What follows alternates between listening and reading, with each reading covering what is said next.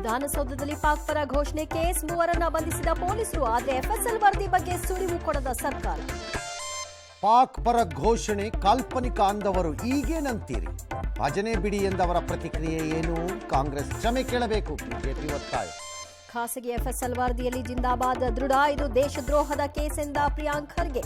BJP ಕೆಲಸ ಅಂತ ತಿಮ್ಮಾಪುರ ಆರೋಪ. 4 ದಿನವಾದರೂ ಕೆಫೆ ಬಾಂಬರ್ ಸುಳಿವಿಲ್ಲ. ಪ್ರಕರಣದ ತನಿಖೆಗೆ ಇಳಿಯಿತು ಎನ್ಐಎ. ರಾಜ್ಯದಲ್ಲಿ ಬಾಂಬ್ ಸ್ಫೋಟ ಟ್ರೈಲರ್ ಅಷ್ಟೇ ಅಂದ್ರು ಪ್ರತಾಪ ಸಿಂಹ.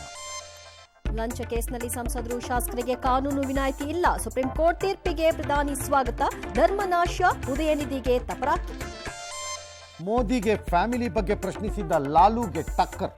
ದೇಶವೇ ನನ್ನ ಕುಟುಂಬ ಅಂದ್ರು ಪ್ರಧಾನಿ. ಬಿಜೆಪಿಯಿಂದ ಮೋದಿ ಕಾ ಪರಿವಾರ್ ಕ್ಯಾಂಪೇನ್. ಶೀಘ್ರ ಮಂಡ್ಯ, ಕೋಲಾರದಲ್ಲಿ ದೋಸ್ತಿ ಸಮಾವೇಶ. ಇನ್ನೊಂದು ವಾರದಲ್ಲಿ ಸೀಟು ಹಂಚಿಕೆ ಪೂರ್ಣ. ಡಾಕ್ಟರ್ ಮಂಜುನಾಥ್ ರಾಜಕೀಯಕ್ಕೆ ಎಂಟ್ರಿ ಕೊಡಲ್ವಾ? ಮಂಗಳೂರಲ್ಲಿ 3 ವಿದ್ಯಾರ್ಥಿನಿಯರ ಮೇಲೆ ಆಸಿಡ್ ದಾಳಿ. ಕೆಲವೇ ಕ್ಷಣಗಳಲ್ಲಿ ಪಾಗಲ್ ಪ್ರೇಮಿ ಅರೆಸ್ಟ್. ಮಗು ಮೇಲೆ ಹಲ್ಲೆ ಮಾಡಿದ್ದ ತಾಯಿ ಬಂಧನ.